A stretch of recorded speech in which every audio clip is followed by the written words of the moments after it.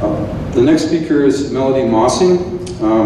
Melody is a mom of 3. She's a carpenter by trade, very skilled. She's a 5-year volunteer at Grow Calgary. She's a member of the Canadian Hemp Trade Alliance and the International Hemp Builders Association. She's a hemp educator, a grower and builder. She's a lover of salvaged goods. And she's actually an incredibly remarkable woman that I've gotten to know since coming up to Grow Calgary. And just an amazing individual. And she's going to share right now some of her ideas around hemp and how hemp interacts with our food system. Melody.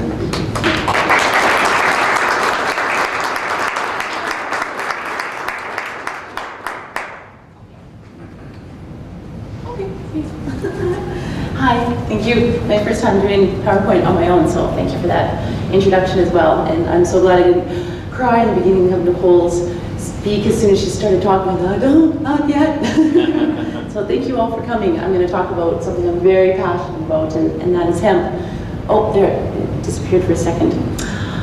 Here's my very favorite seed ever. Isn't it beautiful? It kind of looks like little turtle shells if you look at it really closely. Every one of them is very different.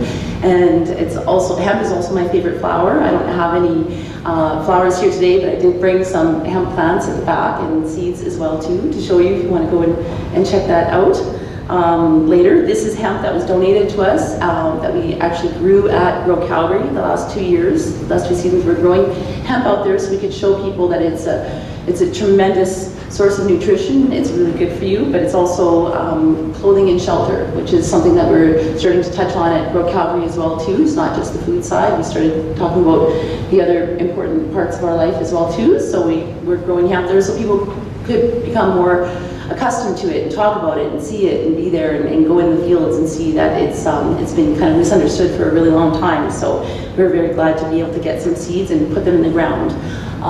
Here's some children who are putting hemp around new trees that we had donated. So we used hemp as a mulch. This is leftover hemp from Greenfield Technologies, which is a local hemp processor, and they would take the little tiny fiber parts of the hemp or the herd of the hemp, and then this is what was left over for them. So it would go into the landfill if we didn't take it and use it. So it worked out really, really well. 2 years ago we had quite a drought and we were able to use the hemp around our new trees there, and it helped to keep all of the moisture into the ground. So it worked really well, and it kind of did a matting effect around the trees too, so we didn't have to worry about it getting blown away or having the animals that came around taking off with it, because the animals love the hemp as well too. Here's some more pictures of the kids working with the hemp. You can see they're having a lot of fun with it, and this is mostly the fibery part, but you can kind of see down at the bottom underneath that little purple shoe there, there's kind of a big stalk part there, and that's my favorite part. That is what the hempcrete is made out of, which I'll show you in a moment here. Here's a close-up of, I'm not too sure which plant this is, but this is just another shot of hemp doing its work at the farm, keeping the moisture into the ground. We're showing here that it's a really great companion plant. We had hemp in certain fields were just mostly hemp, but we did hemp all over because some of the donated fiber we got had seeds in it. So thank goodness we had our license already in place to grow hemp, because unfortunately you still need to have a license to grow hemp. We're working on changing that right now. So here's just some garlic scapes that we had plucked from the hemp field, and lettuces and other plants that need to have a lot of shade would do really well with hemp because it grows so very fast. It helps to reduce the weeds. And then climbing plants as well too. So we did have some vining plants, and we got to see how well that they worked with the hemp, and it worked really well because they just love to climb up the hemp. If you're growing hemp in the city of Calgary, you might get some visitors to come and check it out. So we had some people call and just say that we were growing marijuana. So the police came out and they wanted to learn more about it. And these are the first 2 officers that came out to see what was really happening. And so we let them go and wander around and take samples or whatever. And these first 2 that came out were really interested in learning more about it. So here we're showing them bales of hemp, that we had donated bales of hemp, so we could show people what does a bale of hemp look like and what can you do with it.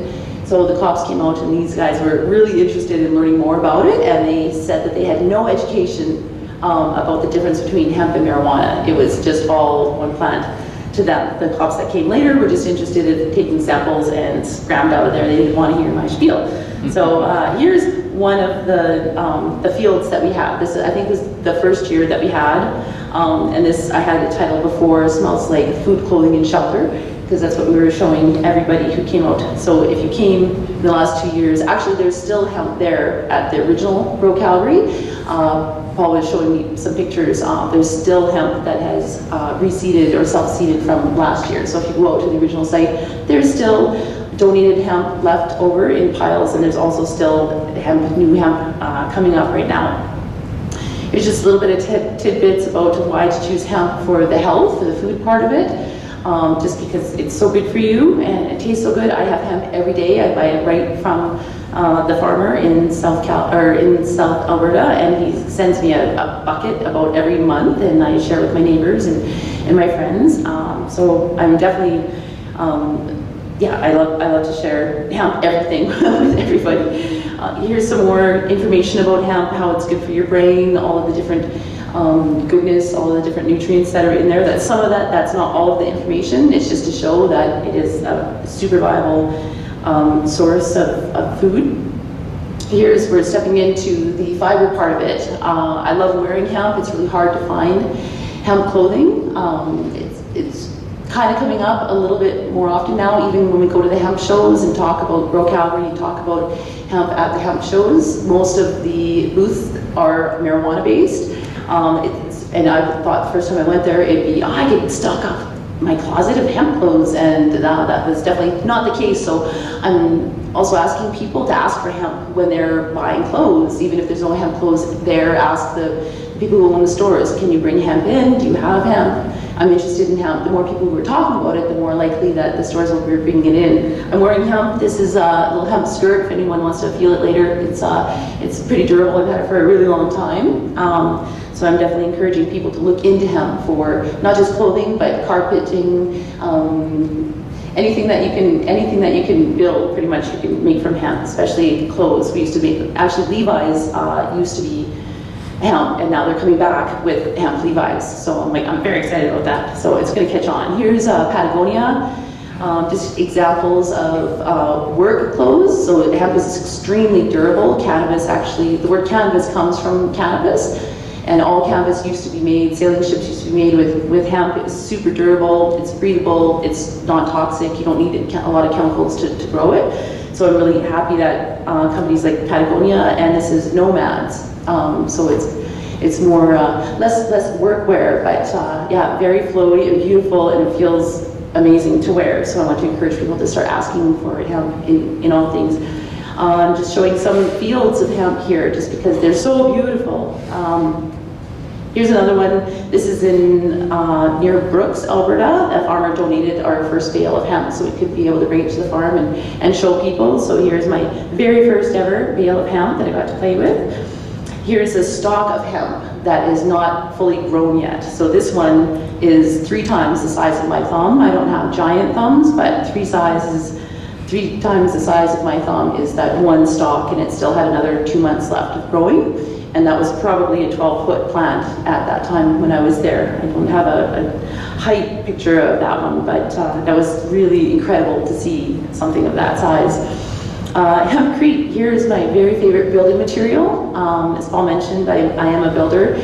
Most of my work is in new construction, and it's a lot of unhealthy materials that I work with, so I'm trying to switch over to more natural building, and hempcrete was my very first get out there and do something other than MDF and all the other toxins that we're putting into our houses. Here's a sample of hempcrete. You can see there's 3 different layers right there, so when we're doing a workshop, we try to do a few different blends so that people can see the way that you blend it. It's going to look differently, but also it's going to act differently. So if you want more thermal mass, you're going to blend it differently than if you want it more insulative.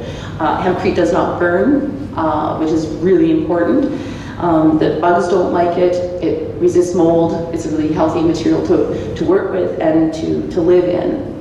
This is just biofiber. These blocks, this is an old school picture. They have a totally different block now. This is made right outside of Airdrie, so it's a local material. So I was just showing a renovation that I had done, and the homeowner was willing to let me experiment with the blocks a little bit. So here's the before and here's the after. We made it look like one solid piece of stone, which hempcrete does eventually harden over time as it captures carbon out of the air and does turn into stone. So this is the after shot of the biofiber blocks. This is just showing a house in Crabrook, BC. My friend Sabine Semmelrock decided to do her entire house out of hempcrete, so we're just showing this is one of the many ways. She rented or had a friend to donate a cement truck. So we were experimenting with doing giant batches of hemp here, and every other time I had worked with it, it was with small batches, very small, either mixing in buckets, which is a lot of fun, really good for community building and meeting people. Is you want to build something out of hemp, people will come and give you free labor. So just if you want to save some cash, then yeah, build the hemp. This is my friend Dion, and he is part of the micro-home competition at Grow Calgary, and his team won. And here's just the after of the hempcrete micro-home. So it was amazing to be able to have a hemp field and have a hempcrete house, and people could come, hundreds of people came out and could see it and touch it, and what does hempcrete look like and feel like. This is just a salvage material garden box in my yard, and I had protected the wood with hemp oil. So it has another use for hemp as well as for protecting wood. So it's nice and shiny right now because it was a nice new coat. It's still standing very well right now. I'm also growing hemp in my yard, and the tallest ones that were self-seeded from last year, and they're taller than me this year, or this week. They actually just finally sprouted taller than me. And here is the house that I grew up in Vulcan. Has been empty for 12 years since my dad passed in the house, and I'm going to save it with hemp. So here's little hemp seeds just to show kind of the before and what is going to save that house. So I'm going to gut the inside of the house. It's all lath and plaster. I don't know if we have a shot of that here. Here's a further away shot of the house. It's a big project, and so if anybody wants to be involved with hempcrete and just over an hour away, that is what I'm going to be doing right now. I'm in the process of ripping out the old lath and plaster. So most of it will be going. Asbestos tests and lead tests have been completed. It's safe to be removing that. Some of the original plaster will stay, but most of that will be completely gutted. So if you want to show up with a hammer and like, smash some walls, then that's a lot of fun. So you can help with that too, or help with the hempcrete as well. So that is going to be happening very soon. I just wanted to touch a very little bit, very quickly. I know we're close to out of time.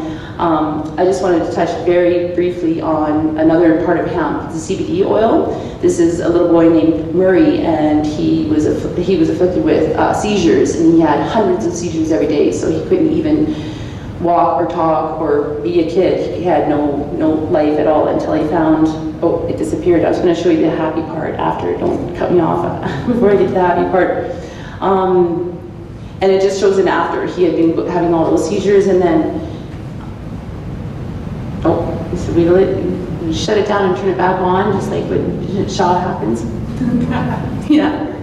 Oh, that's okay. It was actually the last one anyway. So it's like it's just an after picture, and it was just showing the graphic change in his look, in his face, and is all these shots of him being a super happy boy. I don't know if you can actually see any of that, but I didn't want to leave it out because the medicine part of hemp is extremely important as well too, and I'm learning about that, and I want to share that and how people, it has changed a lot of lives so far, and it's not just seizures, there's a lot of ailments that it can help with, so I'm encouraging people.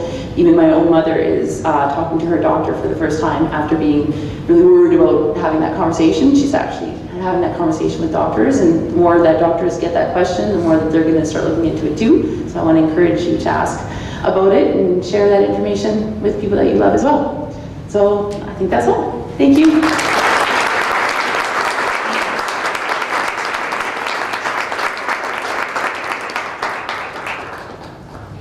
Thanks, Melody. Melody might not have big thumbs, but she's got a big heart. Yeah. So we're going to leave this up here.